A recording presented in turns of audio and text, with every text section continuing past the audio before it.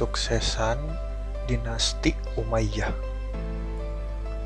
Pada masa dinasti Bani Umayyah, banyak perkembangan dan kemajuan yang terjadi di semua bidang kehidupan. Perkembangan tersebut mempengaruhi terhadap perkembangan peradaban dan kebudayaan Islam.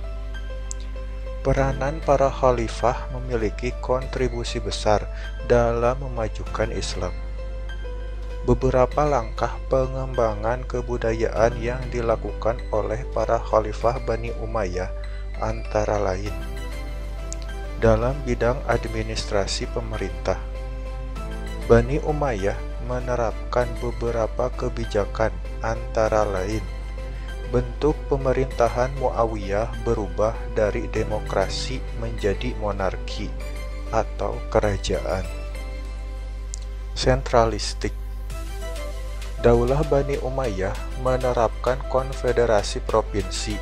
Dalam menangani provinsi yang ada, Muawiyah menggabungkan beberapa wilayah menjadi satu provinsi. Setiap gubernur memilih amir. Amir bertanggung jawab langsung kepada khalifah. Administrasi pemerintahan. Ada 4 diwan atau departemen yang berdiri pada Daulah Bani Umayyah, yaitu Diwan Rasail. Departemen ini mengurus surat-surat negara kepada gubernur dan pegawai di berbagai wilayah. Diwan Kharaj. Departemen ini mengurus tentang perpajakan, dikepalai oleh Sohibul Kharaj yang bertanggung jawab langsung kepada khalifah. Diwan Jun. Departemen ini mengurus tentang ketentaraan negara. Ada juga yang menyebut dengan Departemen Peperangan. Diwan Khatam. Departemen ini disebut juga Departemen Pencatat. Setiap peraturan yang dikeluarkan disalin pada sebuah register, kemudian disegel dan dikirim ke berbagai wilayah. Lambang negara. Muawiyah menetapkan bendera merah sebagai lambang negara, di mana sebelumnya pada masa Khalifah Ar-Rasyidin belum ada.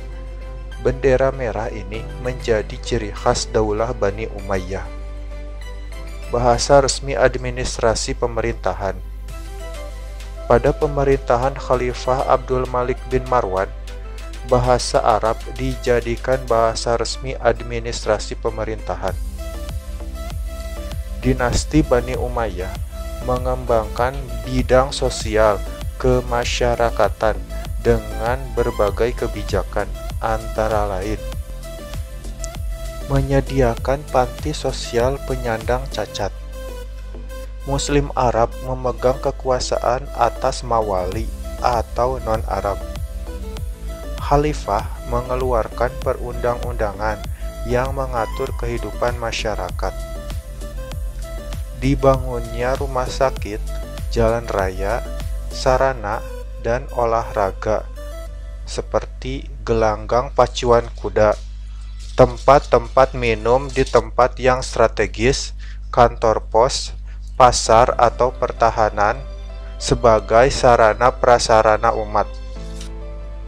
Perkembangan atau prestasi pada bidang politik militer, yaitu dengan terbentuknya 5 lembaga pemerintahan, antara lain lembaga politik, An-Nizam As-Siyasi.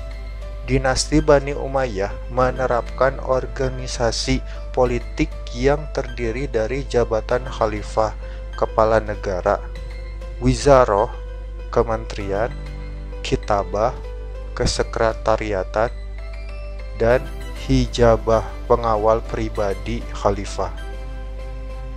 Lembaga keuangan, An-Nizam Al-Mali. Dinasti Bani Umayyah mempertahankan pengelolaan Baitul Mal, baik pemasukan maupun pengeluaran. Sumber pemasukan Baitul Mal diperoleh dari doroib, yaitu kewajiban yang harus dibayar oleh warga negara. Keuangan terpusat pada Baitul Mal yang asetnya diperoleh dari pajak tanah. Perorangan bagi non-muslim. Percetakan uang dilakukan pada Khalifah Abdul Malik bin Marwan. Lembaga tata usaha An-Nizam Al-Idari. Dinasti Bani Umayyah membagi wilayah kekuasaan antara lain pemerintahan pusat dan daerah. Pemerintahan pusat dipimpin oleh khalifah, sedangkan daerah dipimpin oleh gubernur yang disebut wali. Lembaga kehakiman An-Nizam Al-Qadi. Dinasti Bani Umayyah memisahkan kekuasaan eksekutif atau pemerintah dan yudikatif, pengadilan. Lembaga ketentaraan An-Nizam Al-Harbi.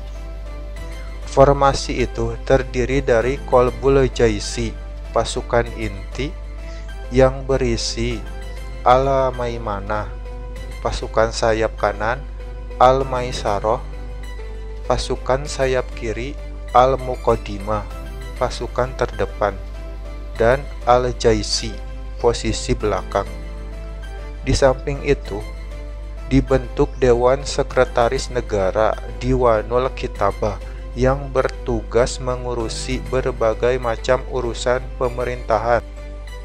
Dewan ini terdiri dari 5 orang sekretaris, yaitu Sekretaris Persuratan Katib Ba'ar Rasail, Sekretaris Keuangan Katib Al-Kharaj, Sekretaris Tentara Katib Al-Jun, Sekretaris Kepolisian Katib Al-Jun, Sekretaris Kehakiman Katib Al-Qadi. Faktor-faktor penyebab kemunduran dinasti Umayyah. Terjadinya pertentangan keras antara kelompok suku Arab Utara Irak yang disebut Mudariyah dan suku Arab Selatan Suriah Himyariyah. Pertentangan antara kedua kelompok tersebut mencapai puncaknya pada masa dinasti Umayyah karena pada khalifah cenderung berpihak pada satu etnis kelompok.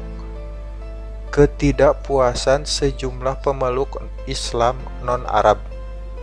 Harapan mereka untuk mendapatkan tunjangan dan hak-hak bernegara tidak dikabulkan, seperti tunjangan tahunan yang diberikan kepada mawali. Jumlahnya jauh lebih kecil dibanding tunjangan yang dibayarkan kepada orang Arab. Konflik politik yang melatar belakangi terbentuknya Daulah Umayyah. Kaum Syiah dan Khawarij terus berkembang menjadi gerakan oposisi yang kuat dan sewaktu-waktu dapat mengancam keutuhan kekuasaan Umayyah.